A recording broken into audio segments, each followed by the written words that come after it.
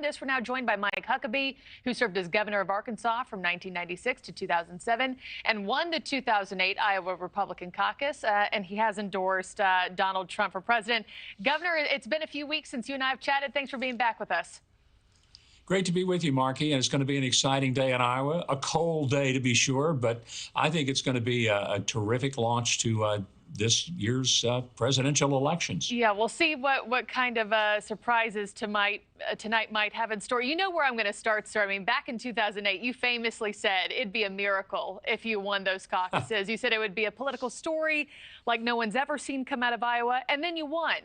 Anyone going to have a miracle tonight?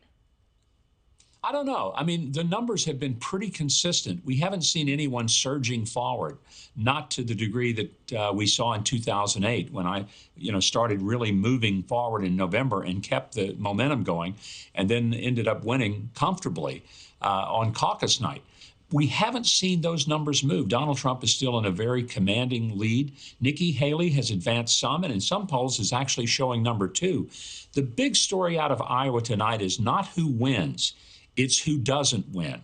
And I think sometimes we miss the point of the Iowa caucuses. It's rarely that the winner is the one who goes on to be president. We know that. But what it does do is sort of shape up the race. And what we look for tonight is to see who is lower than their expectations, and as a result ends up, this is really the last lap for them in their car. Now, they may not know it. They may go on to New Hampshire and South Carolina, but that's going to be the real story. Who doesn't make it really forward out of Iowa? Yeah, and as you well know, success in Iowa often doesn't lead to the Republican nomination, let alone the White House. Since, 1976, only 4 Iowa caucus winners have gone on to get that Republican nomination. George W. Bush, the only Republican to win both Iowa and the general election in that time. Who do you think will get second place tonight? If we need to be paying more attention to who takes second or third, what's your prediction for how, the Haley-DeSantis matchup kind of shakes out after this evening? Yeah, I don't really know. I'm assuming that DeSantis still ends up in second place. If he does, then he comes out of there still alive. But quite frankly, if he should be eclipsed by Nikki Haley tonight, it's game over. I don't see how he goes forward, because what he did, he went to the table and put all of his bets on Iowa. He didn't say, I'm going to spend a lot of time in New Hampshire, South Carolina. He focused exclusively over these last few months on Iowa. So it's kind of an all or nothing. And it's a big bet, but he's made it, and I think it's going to determine whether he goes forward or not. Yeah, and right off the top, you mentioned just how cold it's going to be tonight. Our own Emily Finn, who we just heard from, I mean, she looks frigid out there. Who has the most to lose tonight, and do you think weather is going to impact tonight's results? I think it'll certainly hurt the turnout somewhat, but the point to be made is it's going to hurt everybody's turnout.